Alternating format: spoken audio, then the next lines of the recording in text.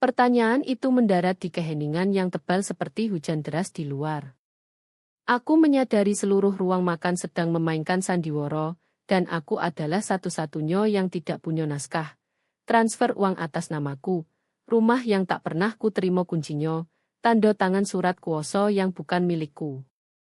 Mereka ingin aku duduk di malam Natal ini. Aku memutuskan untuk merobohkan seluruh panggung itu. Nomoku Lilo Sari.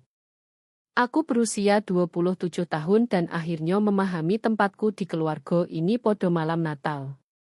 Di ruangan yang berbau bebek panggang dan kebohongan, perjalanan ke villa di puncak selalu sama. Wiper mobil melawan hujan deras di Bogor, dan ban mobil sedan tuaku yang berusia 10 tahun sedikit slip saat aku membelok terakhir ke jalan masuk berbatu yang dipanaskan.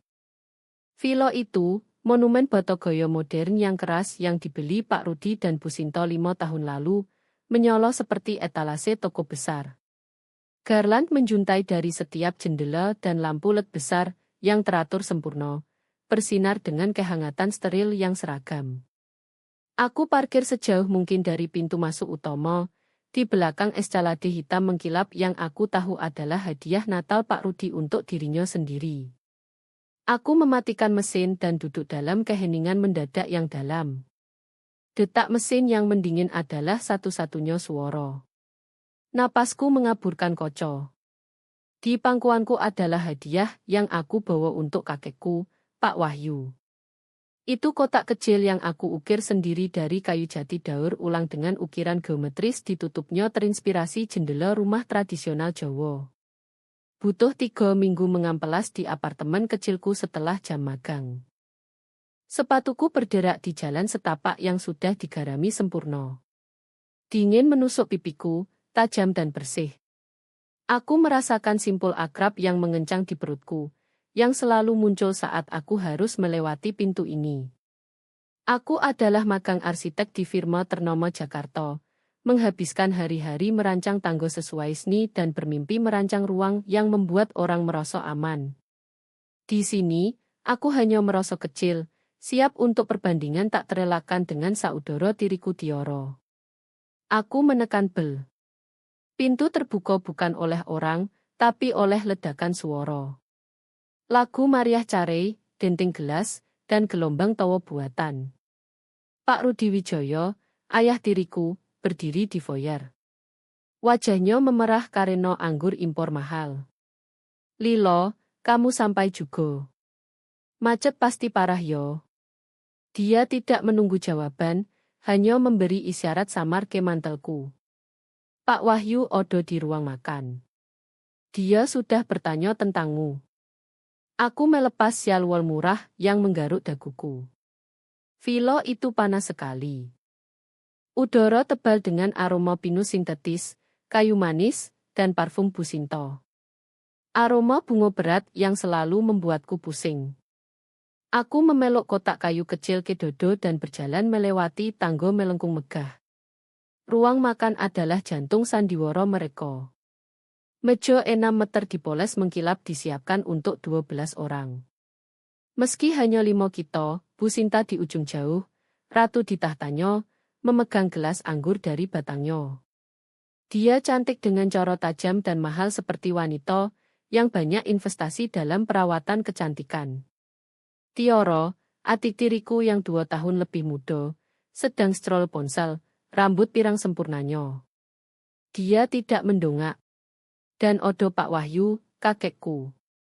Dia satu-satunya orang di rumah ini yang benar-benar melihatku. Dia dari Surabaya, dunia jauh dari sandiwara puncak ini.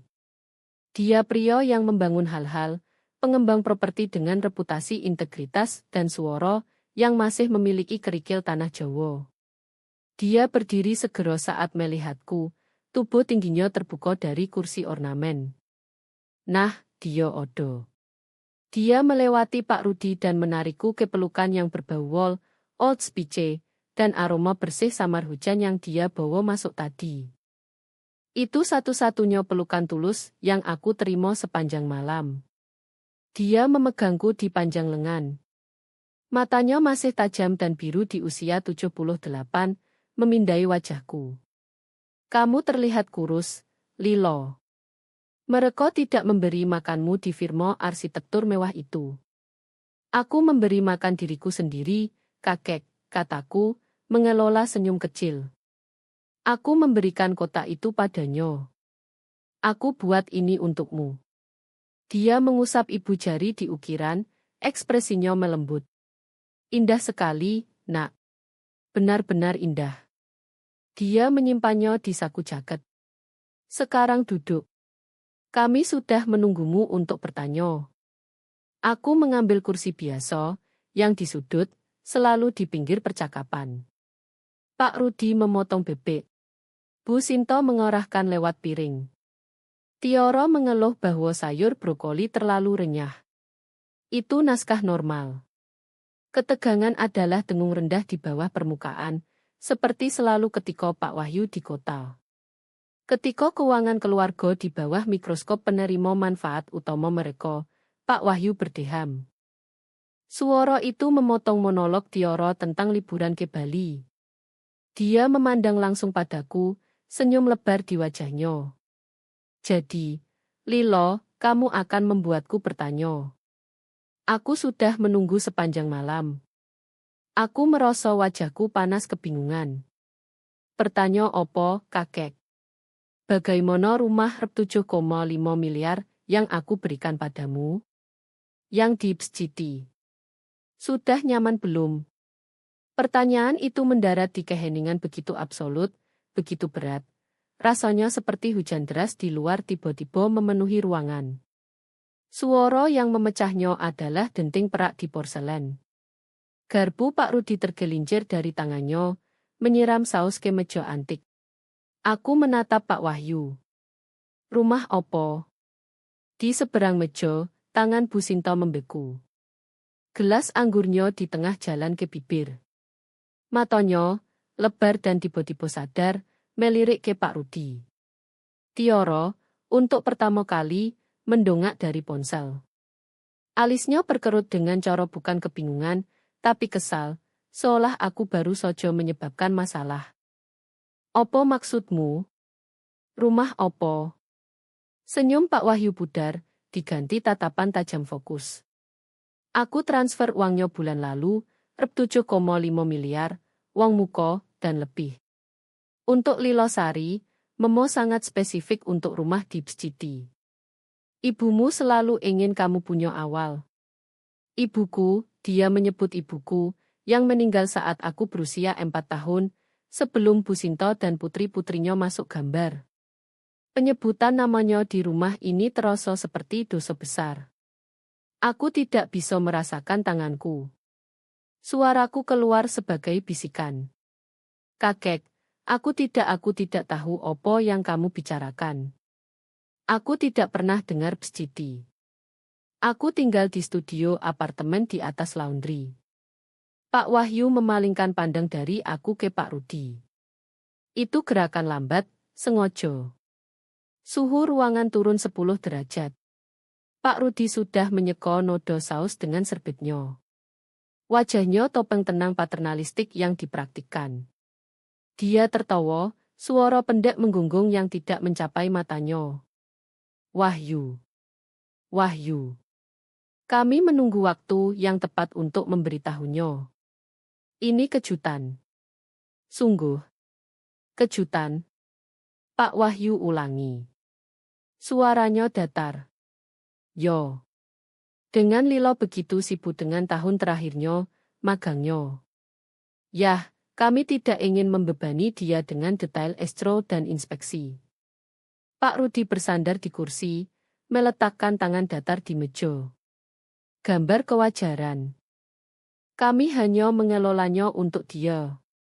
Menyimpannya atas nama kami sampai dia selesai sekolah dan siap menangani tanggung jawab itu. Ini hanya formalitas untuk pajak. Kamu tahu betapa rumitnya.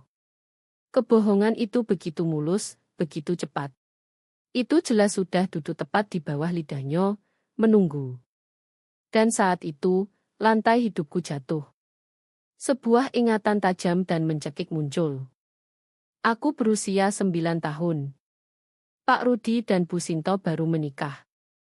Villa ini belum dibangun. Kami di rumah kolonial di Jalan Maple. Kamarku, yang aku bagikan dengan ibuku, dicat pin untuk Tioro. Tioro butuh kamar putri, Bu Sinto menjelaskan, tangannya di bahuku, kuku menggigit sedikit. Kamu mengerti, kan Lilo? Kamu lebih tua. Aku didorong ke loteng, kamar kecil yang sudah selesai. Tapi itu loteng. Berbau peti kayu dan kapur barus dan kertas lama terlupakan. Selalu dingin di musim hujan dan pengap di musim panas. Aku biasa berbaring di lantai, menekan telinga ke ventilasi, mendengar pesta ulang tahun Tioro di bawah, mendengar tawa dan musik. Tahu aku adalah catatan kaki, kewajiban, potongan sisa yang tidak cocok dengan gambar sempurna baru mereka. Itu klik dengan finalitas mengerikan dari kunci. Aku bukan hanya gadis di loteng. Aku adalah nomor di aplikasi beasiswa yang Pak Rudi bantu isi. Aku adalah alasan mereka bisa klaim tanggungan untuk uang kuliah sekolah. Aku adalah prop yang mereka poles saat Pak Wahyu berkunjung. Tanggung jawabnya. Suara Bu Sinto menyentakku kembali ke masa kini. Dia meletakkan gelasnya dengan klik tajam. Dia mencoba meredakan, mengalihkan. Wahyu, kamu tahu bagaimana seniman. Lilo hebat di kelas gambar kecilnya. Tapi aset truk 7,5 miliar. Itu bukan keahliannya. Kelas gambar kecilnya. Aku di tahun terakhir program Master Arsitektur di Sekolah Desain Terkemuka, salah satu terbaik di Indonesia. Aku kerja 60 jam seminggu di magang. Aku rancang blueprint. Aku belajar teknik struktural. Dia tahu ini. Dia menyebutnya kelas gambar untuk merendahkanku, membuatku kecil cukup untuk masuk kembali ke loteng. Sebelum aku bisa bicara, Pak Wahyu bergerak.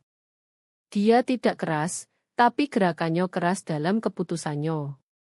Dia mendorong centerpiece Natal besar, monstrositas holi dan lilin merah menetes ke sisi. Mangkok perak berat menggores kayu dipoles, meninggalkan goresan panjang pucat. Bu Sinto terkesiap, tangannya terbang ke dada. Mari kita klarifikasi sesuatu, kata Pak Wahyu, suaranya rendah dan berbahaya. Dia bersandar maju di siku. Aku kirim uang itu sebagai hadiah untuk Lilo, bukan untuk SUV baru untukmu, Rudi.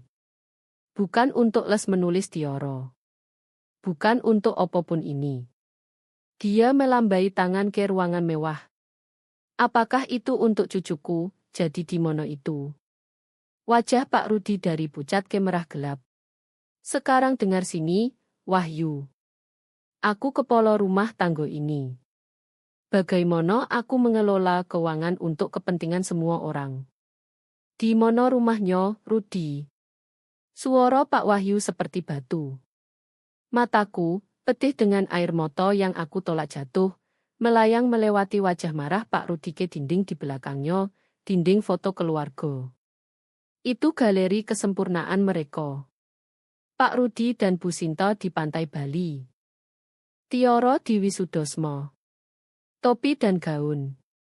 Tioro di kuda memegang pita biru. Tioro di pesta sororitas. Aku odo 2 dari 3 mungkin 4. Bingkai kecil. Aku di 13 berdiri di sebelah Pak Wahyu di Borobudur. Aku di 17 tersenyum canggung dalam gaun pinjaman dengan lengan Pak Wahyu di Wisudosmo. Aku di 22 memegang gelar sarjana lagi dengan Pak Wahyu. Realisasi itu pukulan fisik. Aku hanya di dinding saat aku bersamanya. Aku bukan bagian keluarga mereka. Aku bagian dia. Aku adalah alasan untuk dia berkunjung, alasan untuk dia kirim uang, dan mereka telah menggunakan aku untuk itu seumur hidupku. Mereka telah menggunakan cintanya padaku sebagai sumber daya untuk ditambang. Dia kewalahan, kata Bu Sinto, suaranya tiba-tiba menetes dengan kepedulian sintetis. Dia meraih tangan ke arahku melintasi meja. Lilo, sayang, ini urusan dewasa. Kakekmu hanya lelah dari perjalanan. Kenapa kamu tidak, kataku. Koto itu pelan, tapi menghentikan tangannya di udara. Aku memandang dari wajah terkejut Bu Sinto ke wajah marah Pak Rudi, dan akhirnya ke Tioro, yang sekarang teting dengan marah, tanpa ragu melaporkan drama ke teman-temannya. Aku berpaling ke kakekku. Dia satu-satunya yang memandangku dengan kejelasan. Kemarahan di matanya untukku membelok aku. Dia mengangguk sekali, gerakan tajam cepat. Dia mendorong kursinya ke belakang, kaki menggores lantai keras. Kemas barangmu, Lilo, katanya. Suaranya tenang. Perintah. Kamu terbang kembali ke Surabaya denganku malam ini. Aku punya penerbangan jam pukul 9.30. Pak Rudi melompat berdiri. Kamu tidak boleh melakukan itu. Ini rumahnya. Aku larang.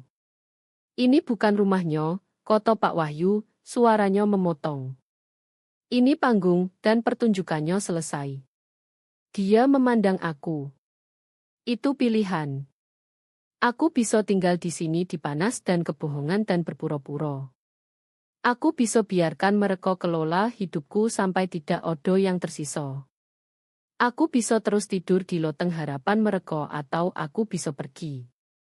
Aku memandang melewati mereka semua melalui jendela bayi besar.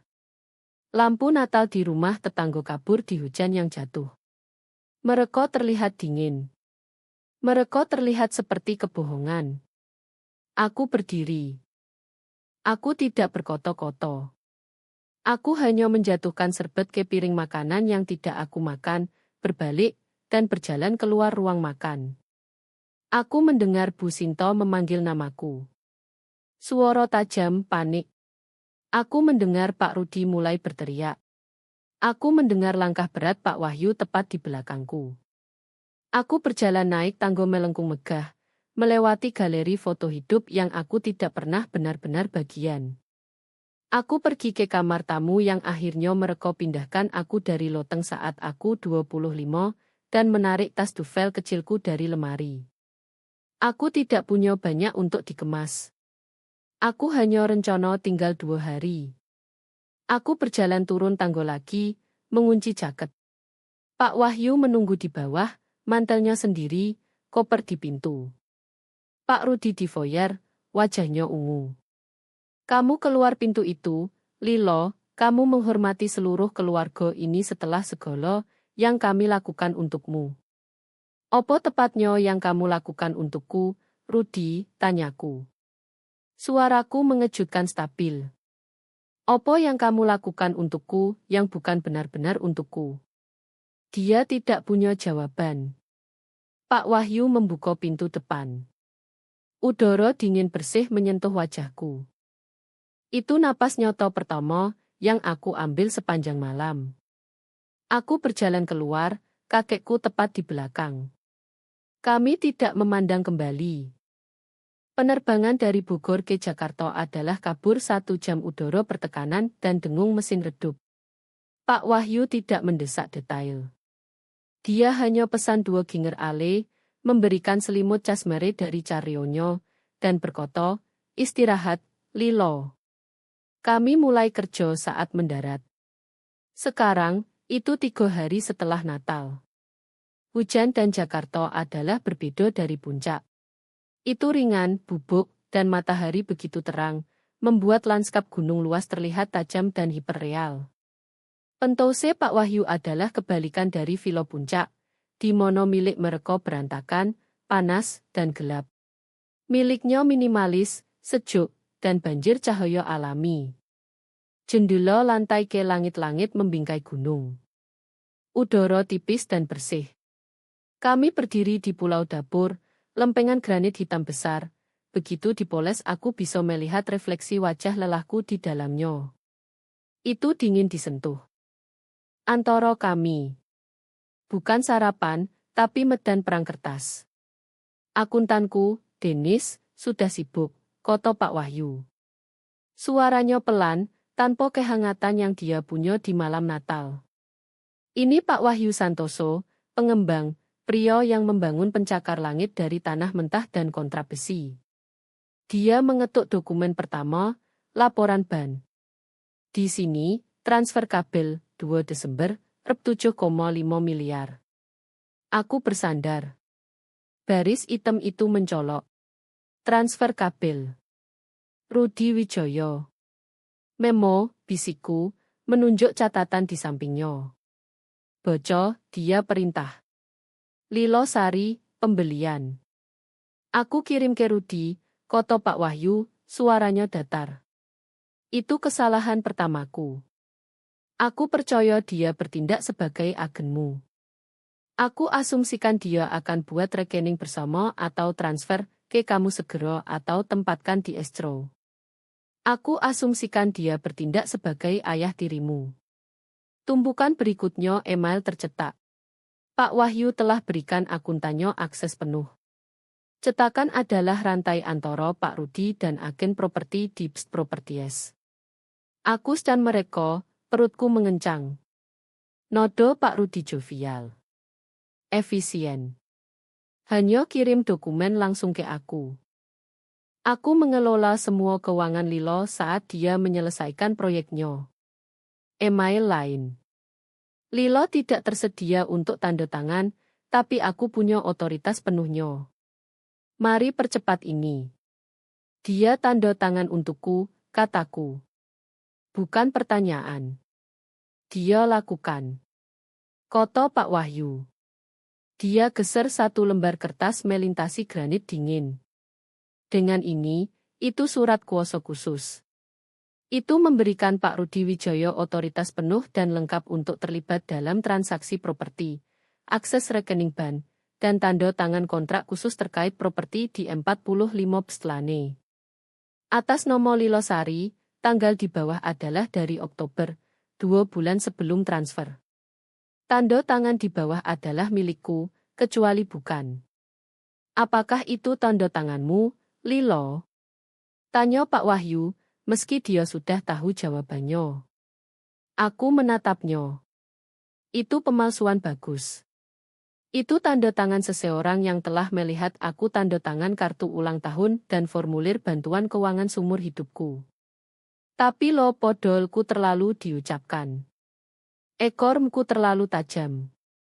Aku selalu melengkungkannya. Dia lakukan dengan semangat coro dia tanda tangan namanya sendiri. Tidak, kataku. Koto itu terasa kecil di ruangan besar terang. Tidak. Itu bukan tanda tanganku. Aku tahu, koto Pak Wahyu. Aku suruh Denis tarik kertas pendaftaran universitasmu dari 2 tahun lalu, yang aku cosikin, tanda tangan tidak cocok. Analisis aliran tinta menunjukkan keraguan di ayunan naik, yang tidak ada di tanda tangan terverifikasimu. Dia latihan. Dia latihan. Pikiran itu membuatku mual fisik.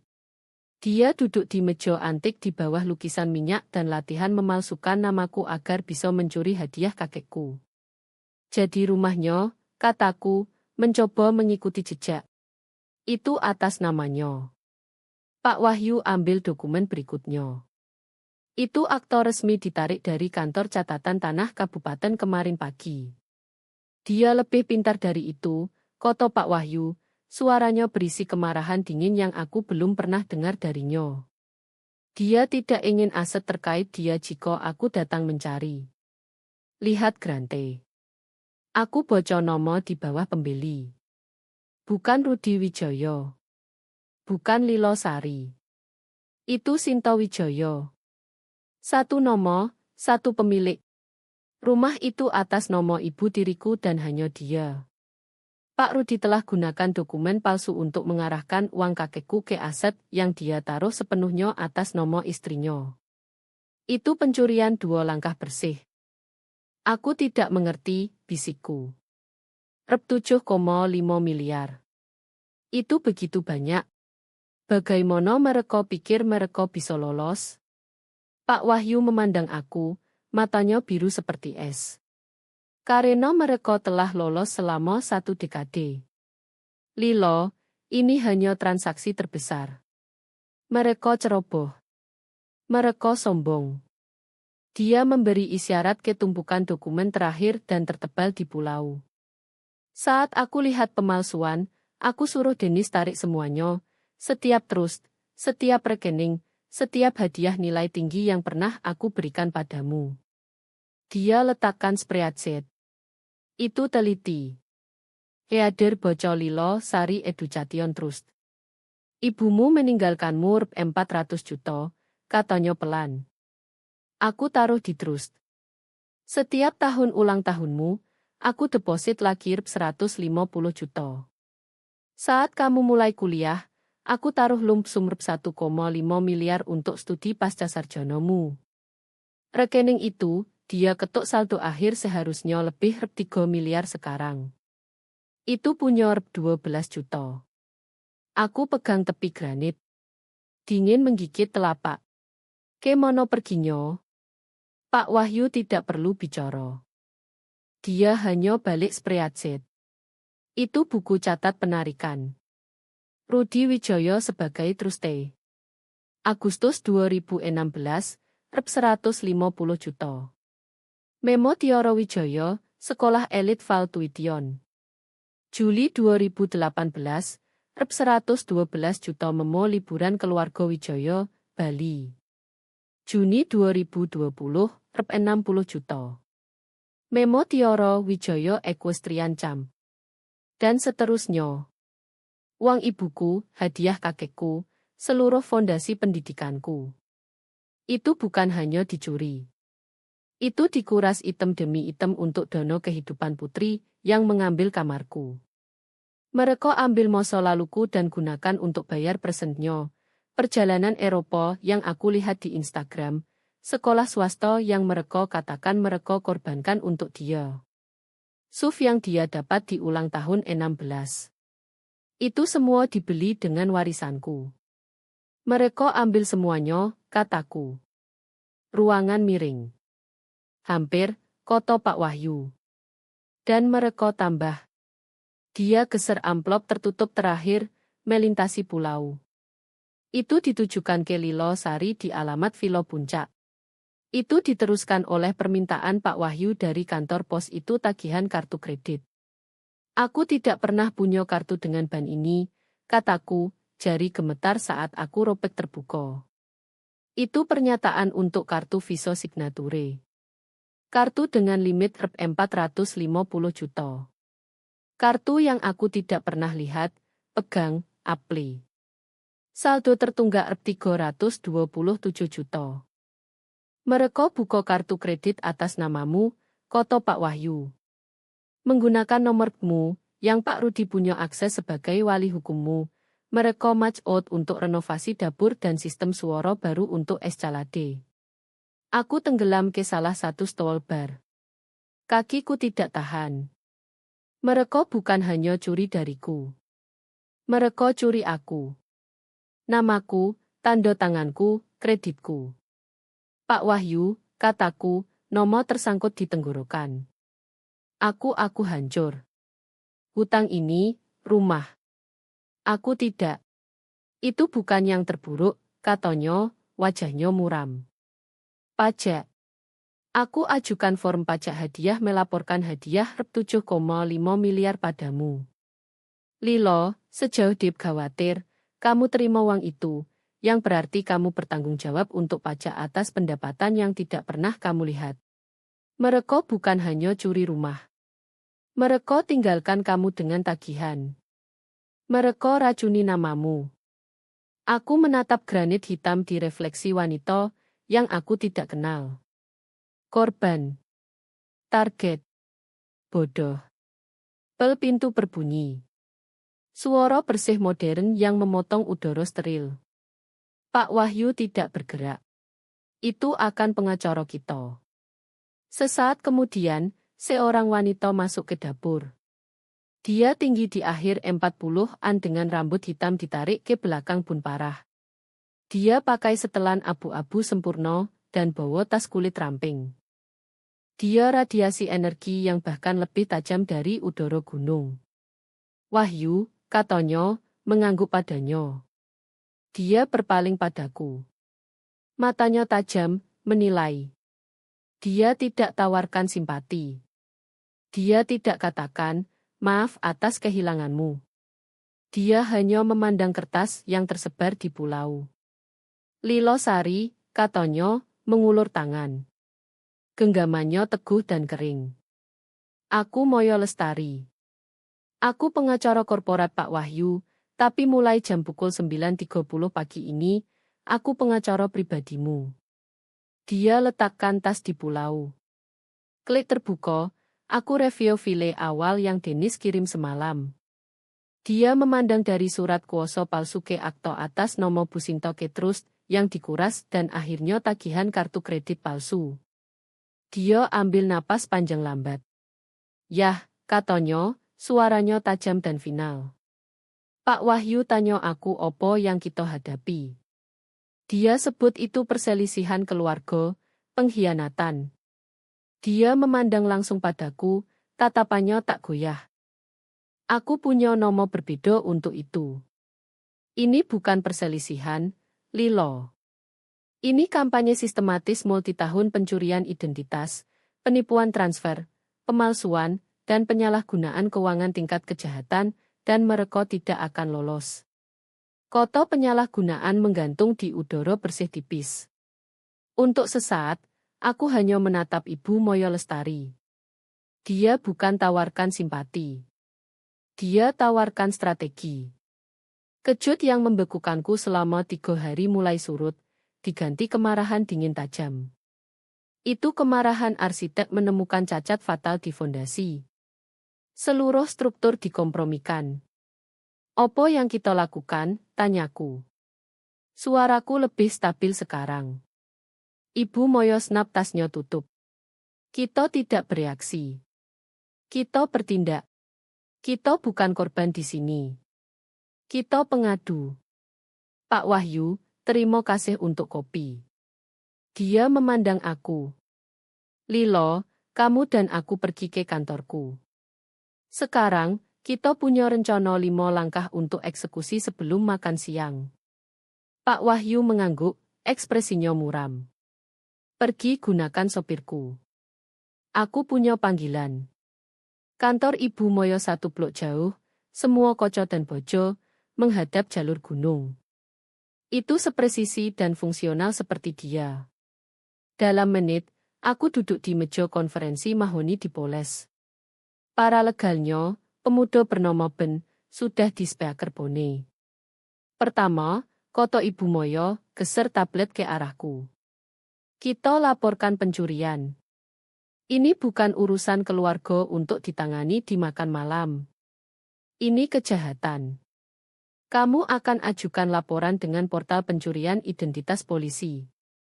Kamu akan nyatakan bahwa identitasmu digunakan untuk fraudulently dapatkan kredit dan untuk palsukan surat kuoso. Jadikan tepat. Gunakan tanggal dari dokumen. Aku habiskan 30 menit berikutnya mengetik, jari terbang dikocok, bahasa resmi, kotak tajam meminta tanggal penemuan dan info pelaku membuatnya nyoto. Aku daftar Pak Rudi Wijoyo dan Bu Sinto Wijoyo. Aku uploadkan surat kuoso palsu dan pernyataan kartu kredit. Saat aku submit, nomor kasus muncul. Itu terasa seperti meletakkan batu pertama fondasi baru. Bagus, koto Ibu Moyo, sudah ke langkah berikutnya. Ben, apakah biro kredit ditelepon? Slik menahan, Ben balas. Lilo, kamu sekarang akan freeze kreditmu, Ibu Moyo instruksikan. Kamu akan bicara ke Slik, Budget King. Kamu akan katakan kamu korban pencurian identitas, referensi nomor laporan polisimu, dan tempatkan freeze permanen di file kreditmu. Ini akan cegah siapapun, dia tekan koto, membuka garis kredit baru atas namamu. Panggilan itu birokratis yang menjengkelkan. Aku ditahan, ditransfer, dan diminta verifikasi nama gadis ibuku, nama yang Pak Rudi dan Bu Sinto jelas tahu dan gunakan. Tapi dengan Ibu Moyo duduk perlawanan, mengucapkan frase legal spesifik yang aku butuhkan, inquiry fraud, laporan pencurian identitas, freeze keamanan permanen. Aku dorong satu persatu. Dinding naik.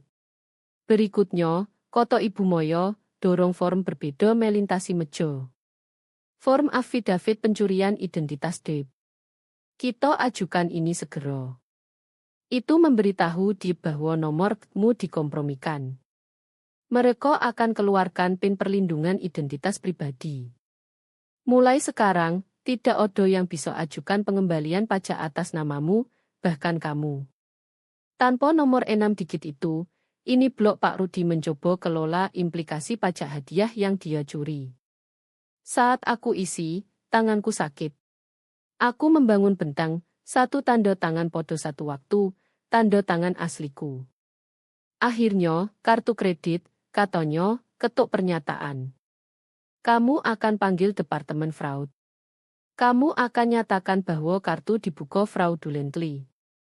Kamu tidak katakan, ayah tiriku membukanya. Kamu akan katakan, rekening ini dibuka tanpa pengetahuan atau persetujuanku sebagai bagian dari pencurian identitas terdokumentasi. Kamu akan nyatakan bahwa kamu tidak bertanggung jawab untuk saldo 327 juta dan minta penghapusan segera dari laporan kreditmu. Panggilan itu yang tersulit. Agen fraud skeptis sampai aku berikan nomor laporan polisi. Odo diam panjang dan kemudian nodo agen bergeser. Maam, kami akan tempatkan hold segera di rekening dan buka investigasi formal.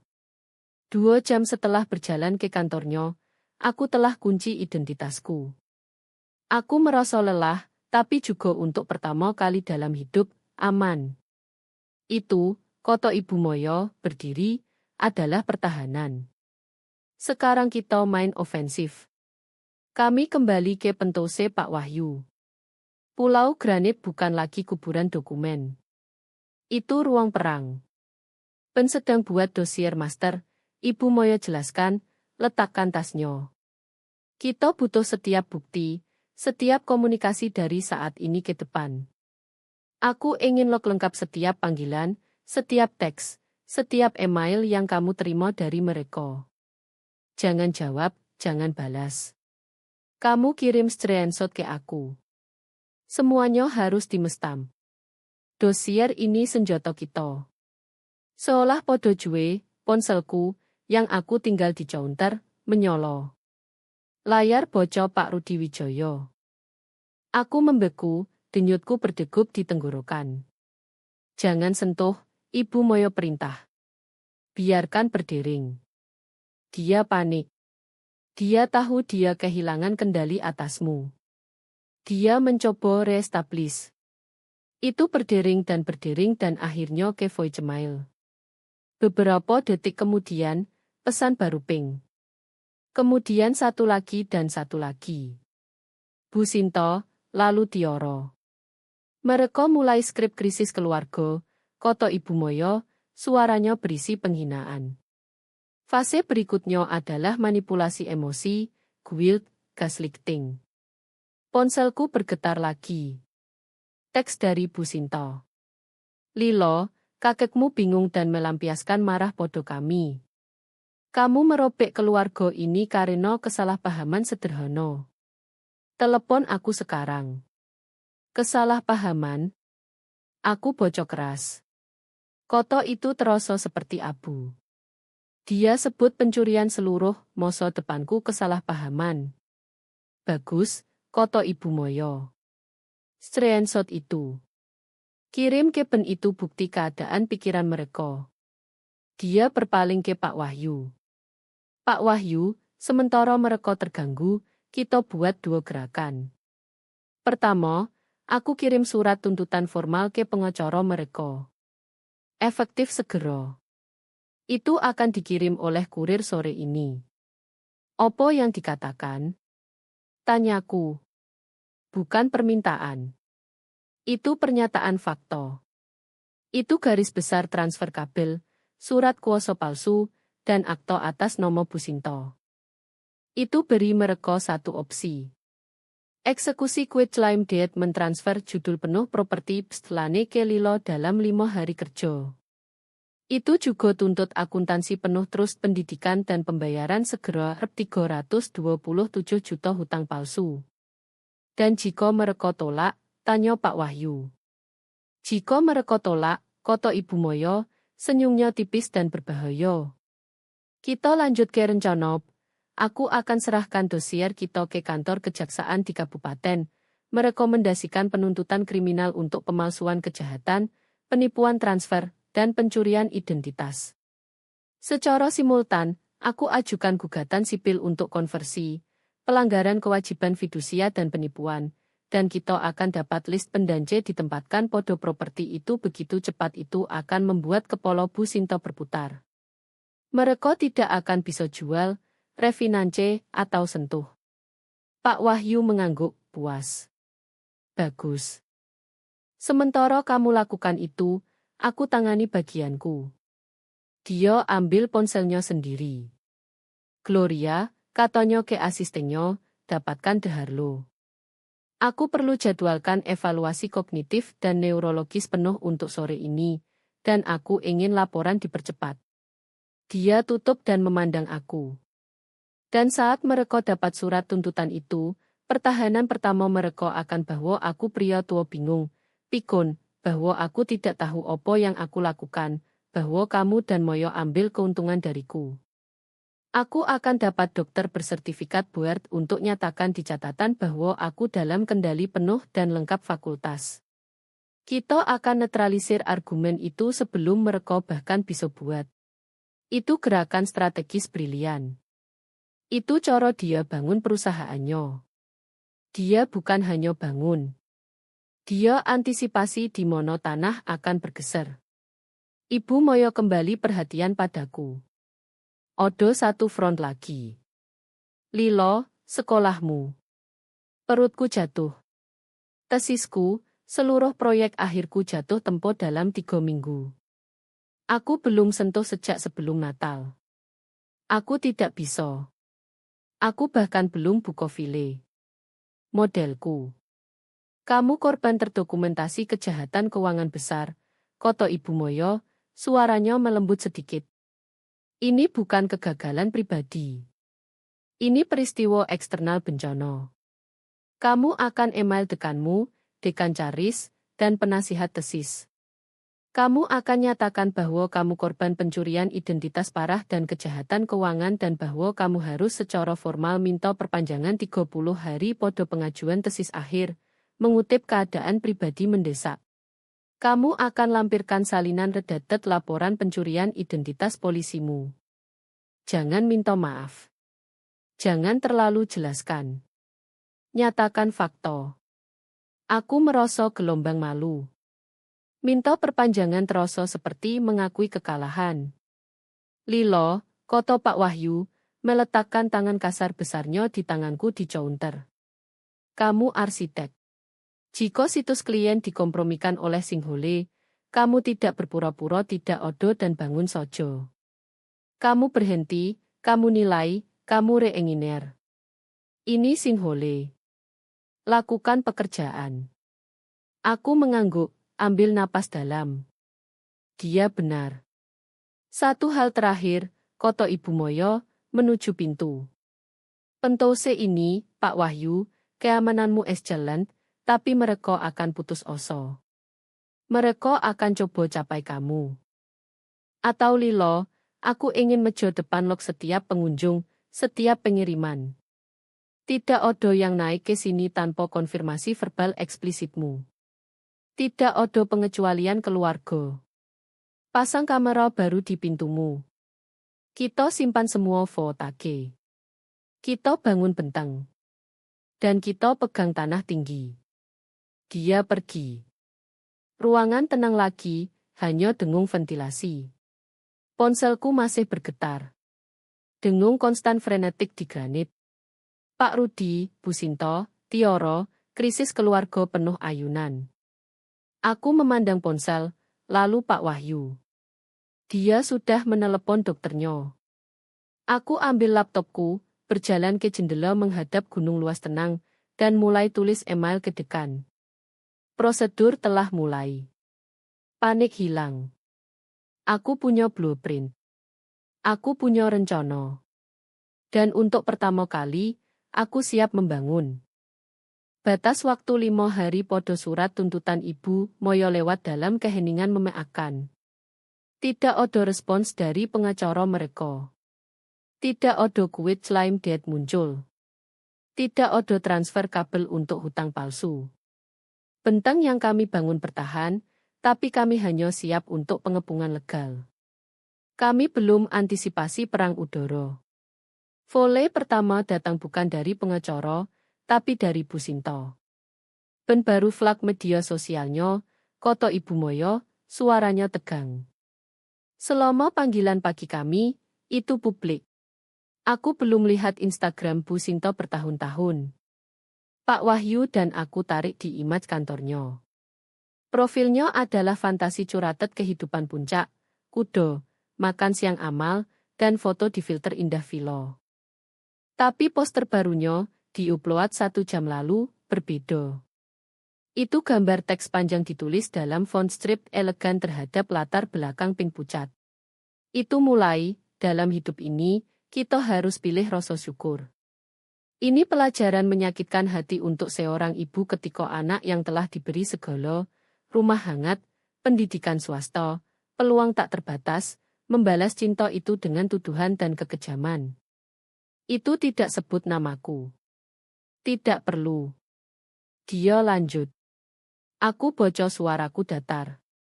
Kadang orang yang kamu korbankan paling banyak adalah yang pertama diracuni oleh pengaruh luar. Mereka lupa tangan yang memberi makan. Pintu kami selalu terbuka.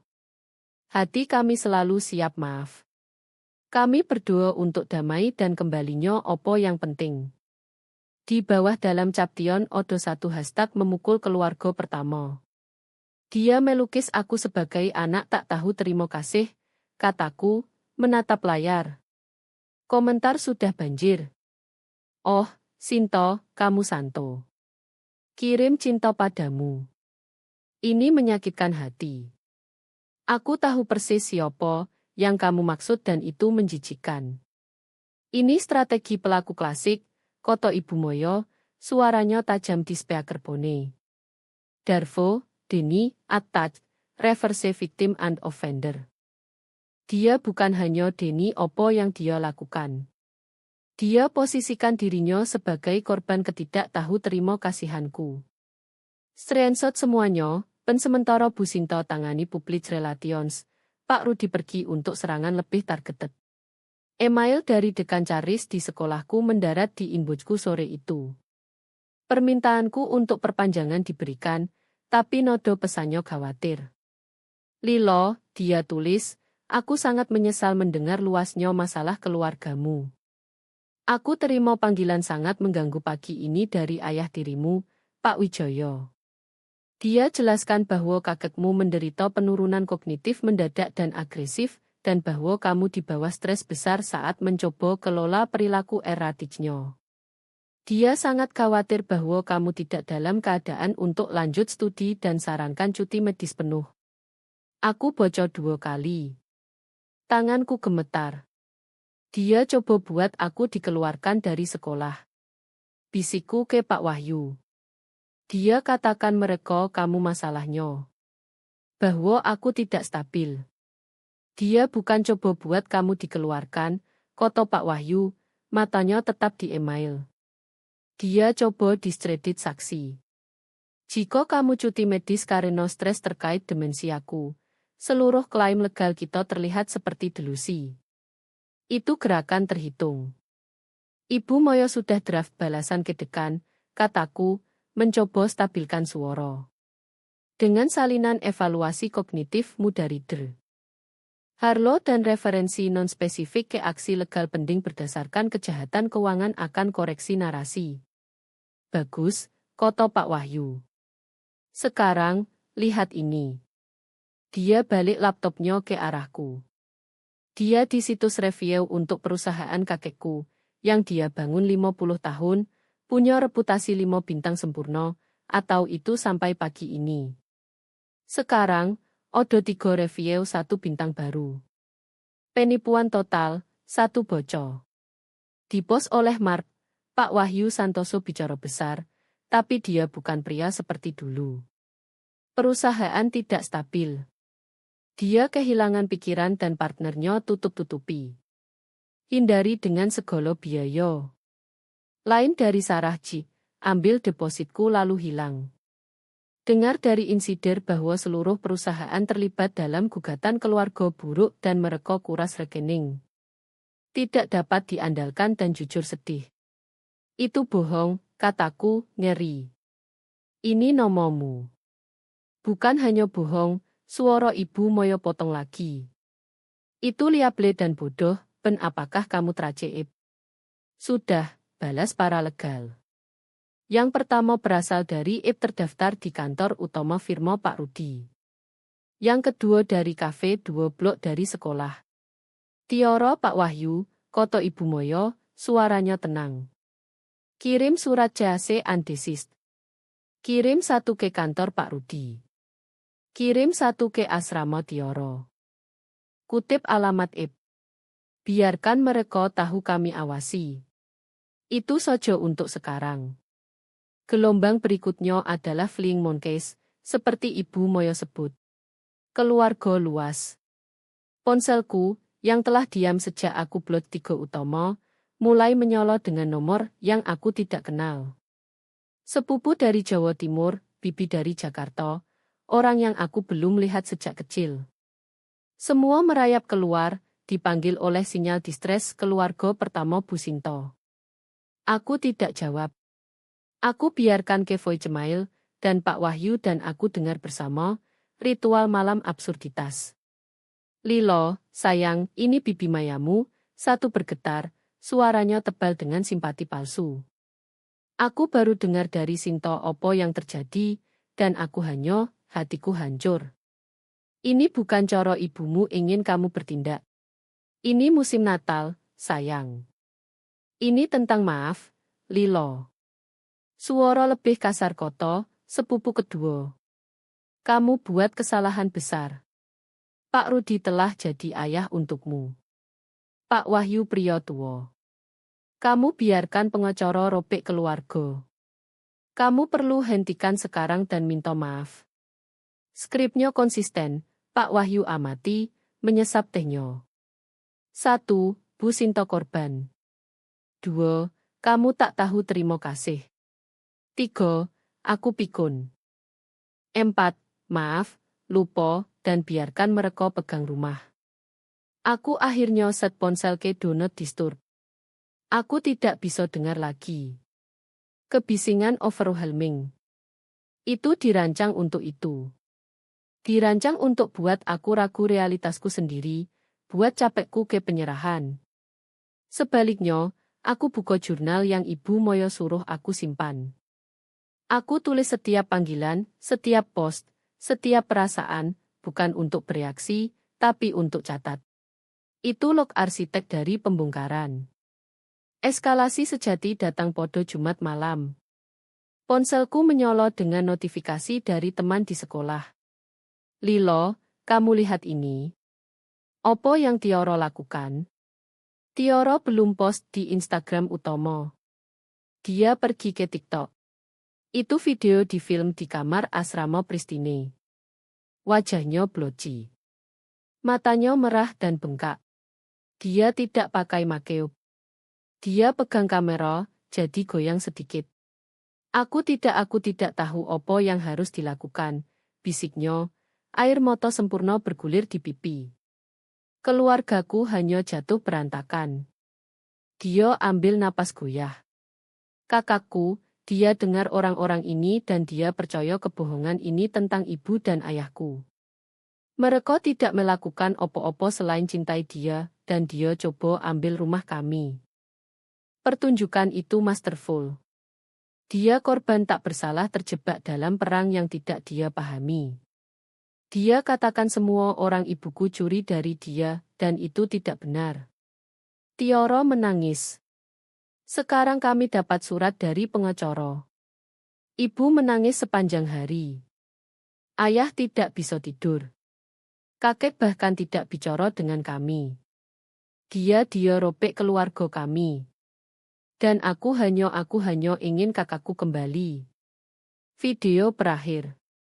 Itu 60 detik victimhood senjata murni.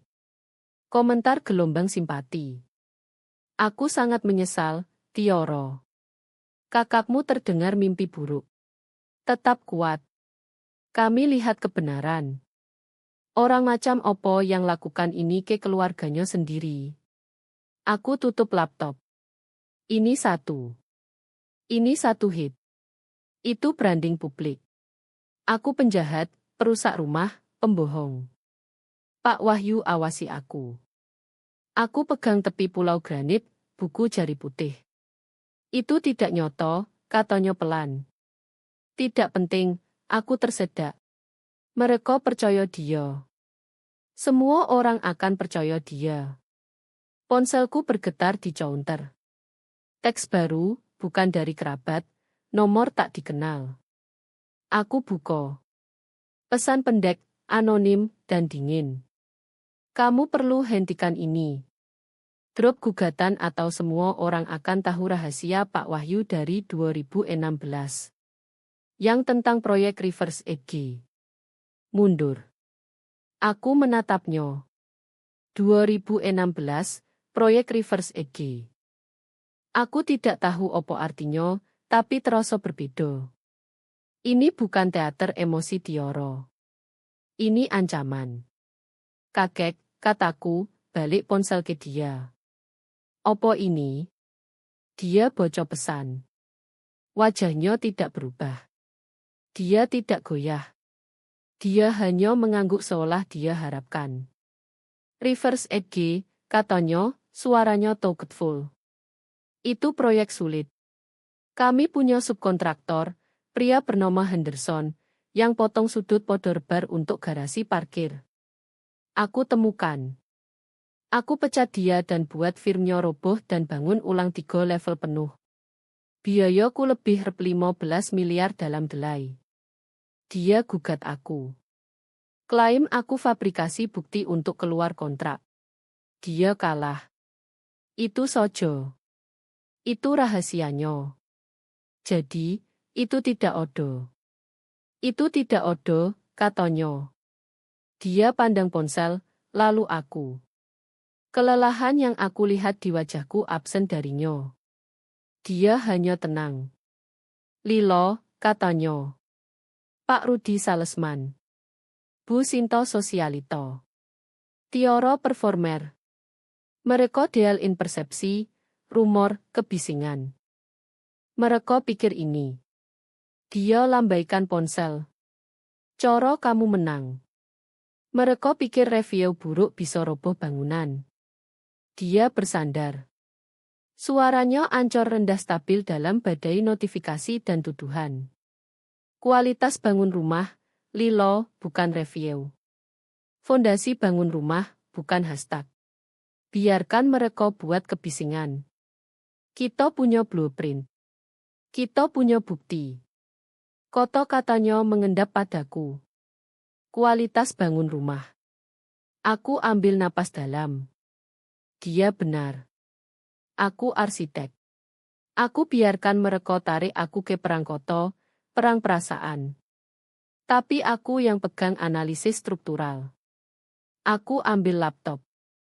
Aku hapus bookmark TikTok. Aku abaikan teks anonim. Aku buka email.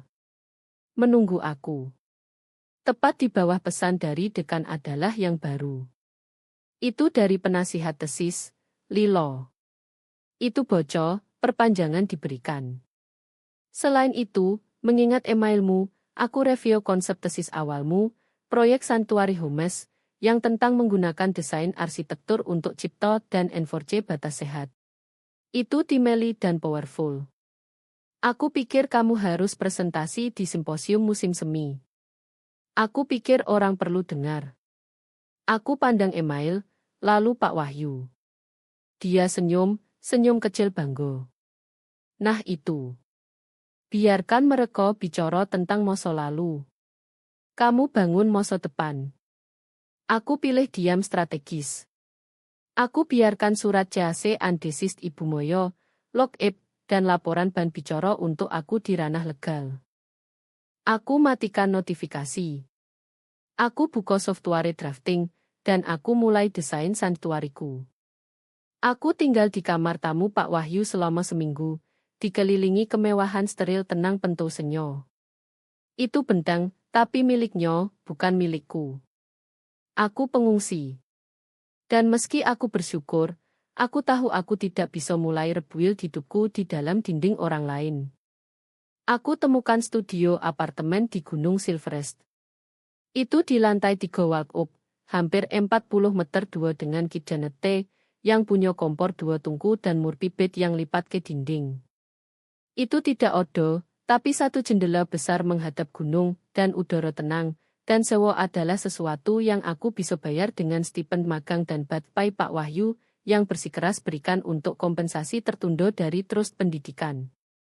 Hari aku pindah, aku beli satu panci, satu handuk, dan set pensil drafting baru. Aku colok laptop, duduk di lantai, dan pandang keluar jendela. Untuk pertama kali dalam 27 tahun, aku hirup udara yang tidak biaya apapun. Itu milik hanya aku. Perpanjangan 30 hari podo tesis adalah relief. Tapi kembali ke studio desain seperti berjalan ke ranjau sosial. Video TikTok Tioro telah lakukan pekerjaannya. Orang pandang aku berbeda. Aku lihat bisikan, pandangan cepat saat aku berjalan ke plotter. Aku saudara, perusak rumah. Aku tahu aku tidak bisa kontrol narasi mereka, hanya milikku. Aku set aturan baru. Aku tolak undangan ke grup studi malam di mono aku tahu saudari sororitas Tioro akan odo. Aku set ponsel ke do not disturb jam 9 malam. Tidak odo diskusi legal dengan Ibu Moyo. Tidak odo panggilan strategi dengan Pak Wahyu. Malam untuk pekerjaanku dan tidur. Batas yang aku desain di tesis.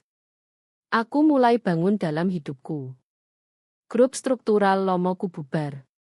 Tidak odo yang ingin partner dengan drama. Aku kerja sendiri di meja drafting besar satu malam, berjuang dengan perhitungan beban untuk dinding penahan ketika Ellie Parkson berjalan mendekat. Ellie adalah prodigi tenang tahun kami. Dia teliti, brilian, dan terkenal, hampir beda terpisah dari hierarki sosial sekolah. Dia bangun model yang terlihat seperti milik museum dan jarang bicara. Cantilevermu terlalu agresif, katanya. Bukan sebagai pengenalan, tapi hanya sebagai fakta. Dia ketuk layarku. Kamu prioritaskan estetika atas fisika. Itu akan gagal di simulasi angin tinggi. Aku merinding, pertahanan langsung naik. Ini konsep awal. Aku tahu, katanya. Dia tarik kursi, tanpa undangan, dan buka laptopnya sendiri. Tapi kamu desain santuari, kan? Santuari yang roboh bukan santuari. Kamu gunakan framing bojo di mono kamu seharusnya gunakan beton bertulang. Beratnya ground itu. Itu buat terasa aman, bukan hanya terlihat. Dia tidak tanya tentang keluargaku. Dia tidak sebut rumor. Dia tidak tawarkan simpati atau tanya gosip. Dia hanya bicara tentang pekerjaan. Itu percakapan paling normal, refreshing yang aku punya dalam bulan. Tunjukkan, kataku. Kami jadi partner. Persahabatan kami dibangun di jam malam tenang studio atas Ville cat bersama, dan kopi buruk dari vending machine. Itu hubungan pertama dalam hidupku yang bukan transaksional, bukan berdasarkan kewajiban atau sejarah atau kebohongan. Itu berdasarkan murni pekerjaan. Pak Wahyu, sesuai bentuk, tidak tahan lihat aku hanya survive podo stipend magang. Asosiat pengembangan juniorku idiot. Dia umumkan 1 minggu saat aku temui dia untuk ritual sarapan mingguan baru. Dia tidak bisa baca peta zoning. Kamu bisa. Aku bayar kamu partime 15 jam seminggu mulai besok. Review dan cek blueprint untuk compliance kode. Perusahaan kakekku butuh matamu dan aku, dia tambah lebih pelan, butuh sepasang moto yang aku bisa percaya. Itu cara dia beri aku uang, tapi juga cara dia beri armor. Dia bawa aku ke dunianya. Meja baruku adalah ruang kecil fungsional di arsip korporat, ruangan besar terkontrol iklim di basement gedungnya. Itu tenang, terlindung, dan berbau kertas dan sejarah. Itu penuh 50 tahun blueprint, kontrak, dan binder proyek. Satu sore, aku cari file podo proyek reverse EG dari 2016, rahasia yang Pak Rudi ancam ungkap. Aku penasaran lihat dokumen sendiri. Aku tarik kotak salah dari rak tinggi. Bukan label reverse EG. Itu label personal, 1999-2009. Di dalam, di bawah pajak lama dan paspor kadaluarsa, odo kertas konstruksi kuning kusut. Aku buka. Itu gambar. Gambarku. Aku 9 tahun. Itu rencana lantai dirender dalam cerayon ungu dan hijau tebal rumah mimpiku. Itu punya perpustakaan dengan tangga spiral, lab rahasia di basemen tersembunyi di belakang rak buku dan kamar untuk ibuku dengan skiliket besar agar dia bisa lihat bintang di depan dalam tulisan cursive goyah 9 tahun Lilo Sari. Aku tulis rumah masa depan Lilo oleh Lilo Sari, arsitek. Aku belum lihat hampir 2 dekade. Aku asumsikan Bu Sinto buang bersama semua foto dan surat ibuku saat dia pindah aku ke loteng untuk buat ruang kamar Putri Tioro, tapi dia tidak. Pak Wahyu simpan.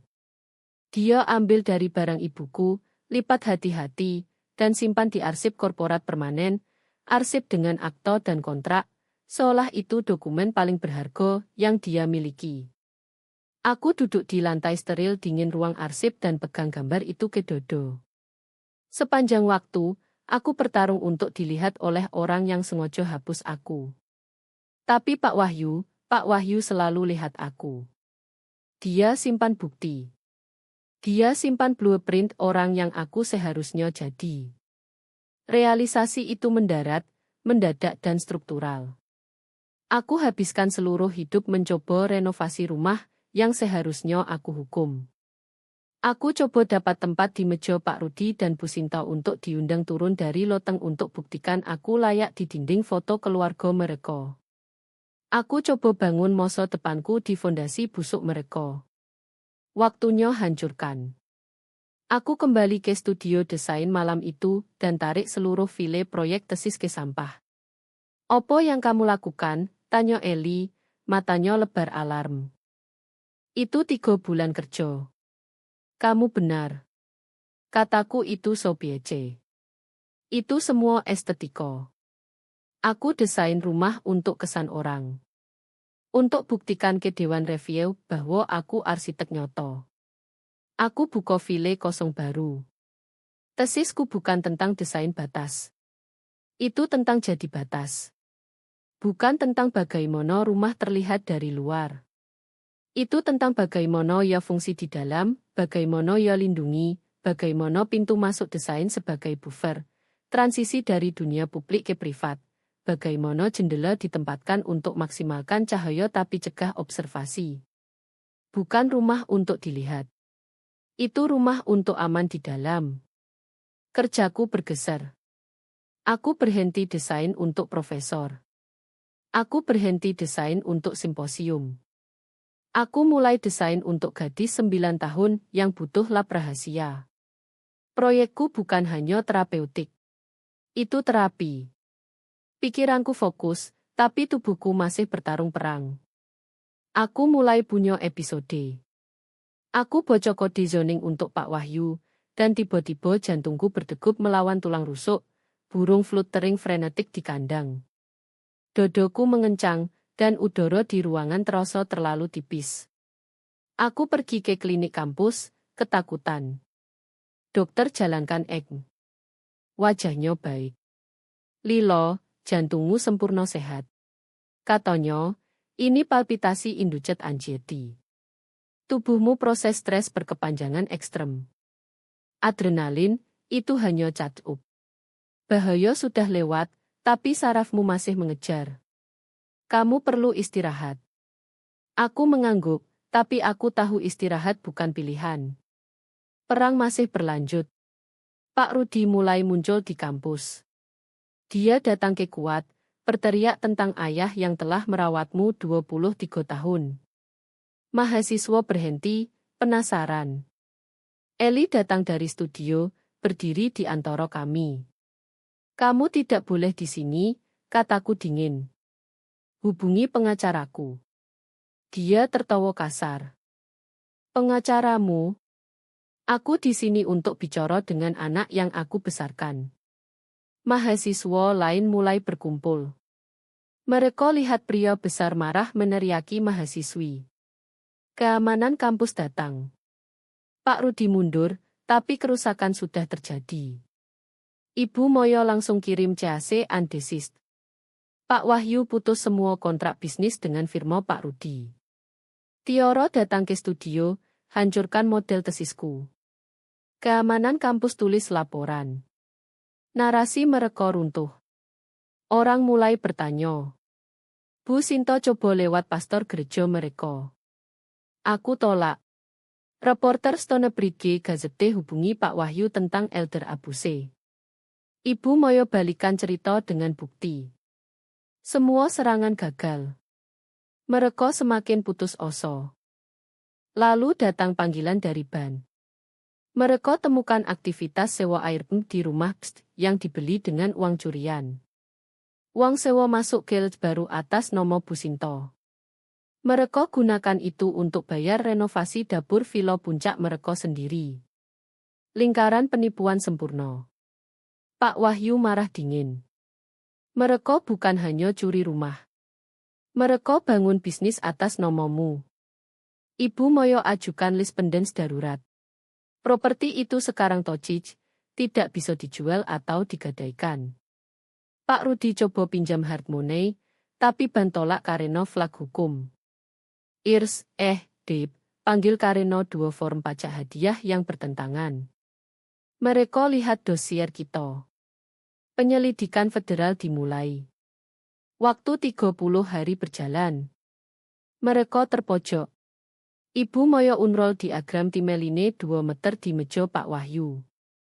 Garis hijau transfer uang. Garis merah pemalsuan. Garis biru pergerakan uang. Garis ungu pencucian uang ke renovasi villa mereka. Ini bukan kesalahpahaman, kataku.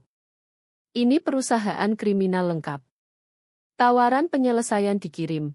Quit claim debt, bayar kembali semua uang, no contact order permanen. Pengacara mereka balas, minta negosiasi. Ibu Moyo tolak.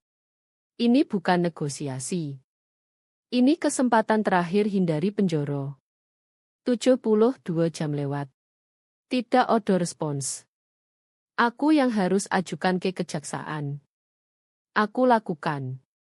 Bukti lengkap, affidavit broker properti, notaris yang akui stempel dipalsukan, laporan ban, semuanya. Jaksa bilang kasus indah. Ancaman dakwaan sekarang nyoto. Ibu Moyo ajukan restraining order.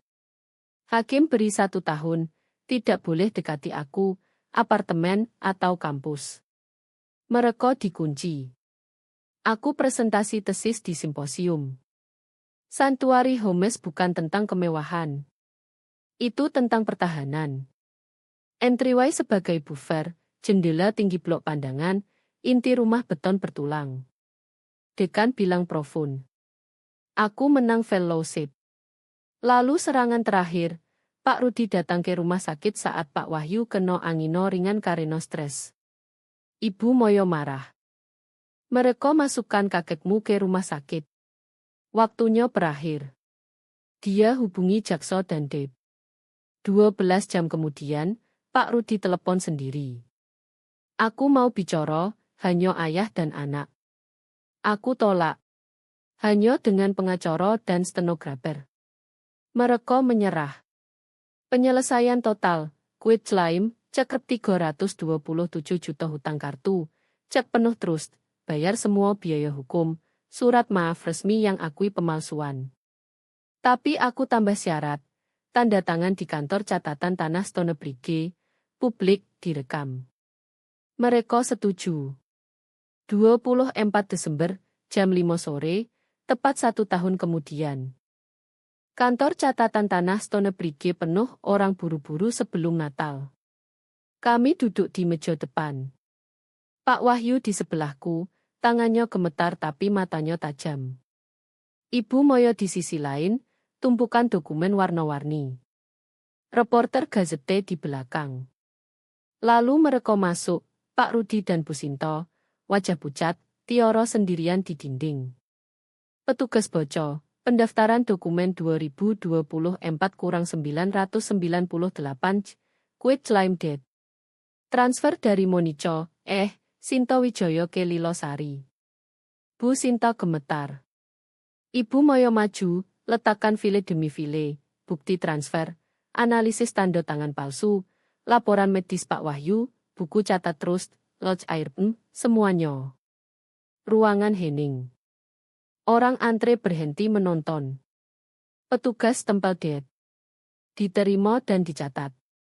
Ibu Moyo serahkan salinan asli padaku. Lalu layani restraining order permanen. Jam 5 tepat, lonceng gereja berdentang. Kami keluar tanpa pandang belakang. Udara dingin bersih. Hujan berhenti. Aku pegang deed. Ponsel bergetar, email fellowship disetujui penuh. Aku menangis. Pak Wahyu senyum bangga. Kita selesai bangun, Lilo. Aku matikan ponsel, pegang lengan kakekku. Lampu kota menyala. Untuk pertama kali, aku benar-benar aman.